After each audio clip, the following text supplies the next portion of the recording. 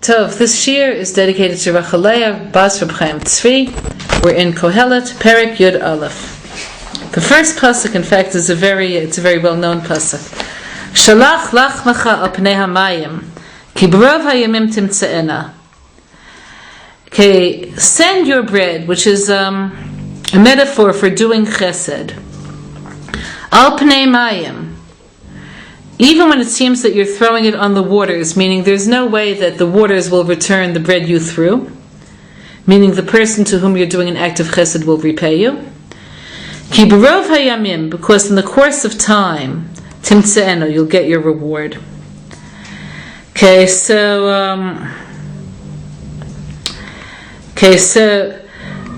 the example of this is Yitro, the example that Rashi brings, who had no way of knowing who he was really taking in when he took in Moshe. And yet, taking in Moshe brought him to everything that he had in life that had any value at all. So this happens all of the time. So this is deeper than just saying what goes around comes around. It's saying that subconsciously we accept reciprocity in relationships, and it's destructive. Hashem will bring you whatever good has to come. You don't have to look for reciprocity in relationships.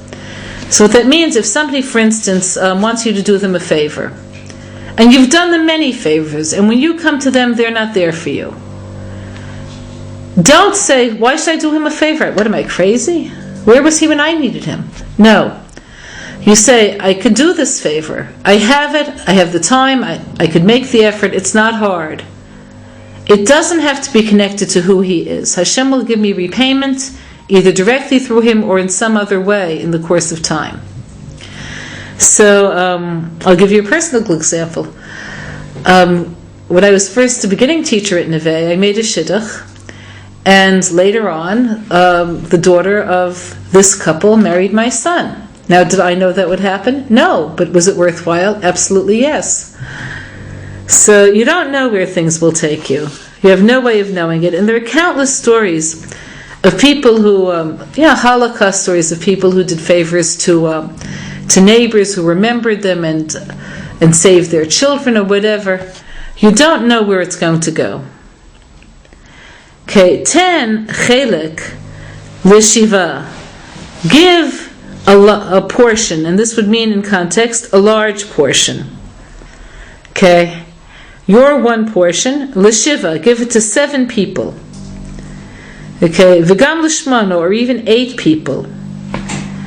Ki lo teda ma yera al haaretz, because you don't know when you'll need them, when you'll need all of this merit if something bad happens in the earth. So the idea is that the tzedakah that you give is going to save you when you need to be saved. So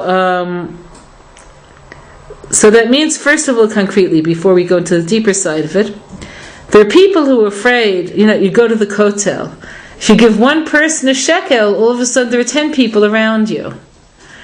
So give who you can. Give your 7, give your 8. It's 8 shekels. This is not going to change your life.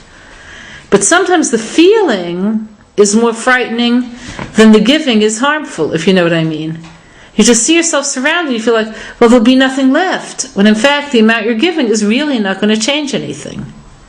So teach yourself to give. So what that means in concrete halacha is that if you have a certain sum to give to tzedakah, in halacha it's better to give that sum to many causes rather than to give it all to one cause.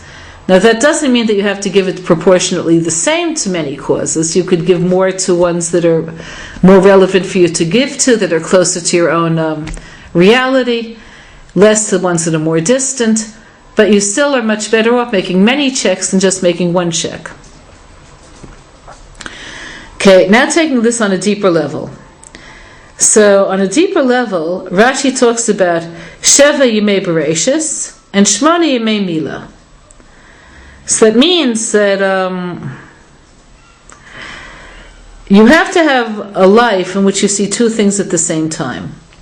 The first thing is the Sheva Yemei Bereshis. The Sheva Yemei Bereshis parallel the 7 ways which Hashem rules the world, the 7 sfirot. So 6 of the 7 sfirot are compared to the outside of reality. Chesed, for instance, you see chesed. Open your eyes, and how could you not see it? It's there. There are clouds, there's sun. You didn't pay for it, you didn't make it. That's chesed. Gvura, similarly, you could see with your eyes. Hashem is enormously restrained. We don't see the Godhead Kivyachol in the world. We see Him through the masks of nature. And the same would hold true for the other middos. So, the 6 middos, the first 6 middos, Chesed, Gvura, Tiferet, balance and truth. Do we see balance and truth? Of course we do, through the harmony of life. In nature, within our own lives. It would hold through Netzach, through Hod, through Yesod. We see all of these traits through the external prism of our lives. But for anything that exists in space, for a cube,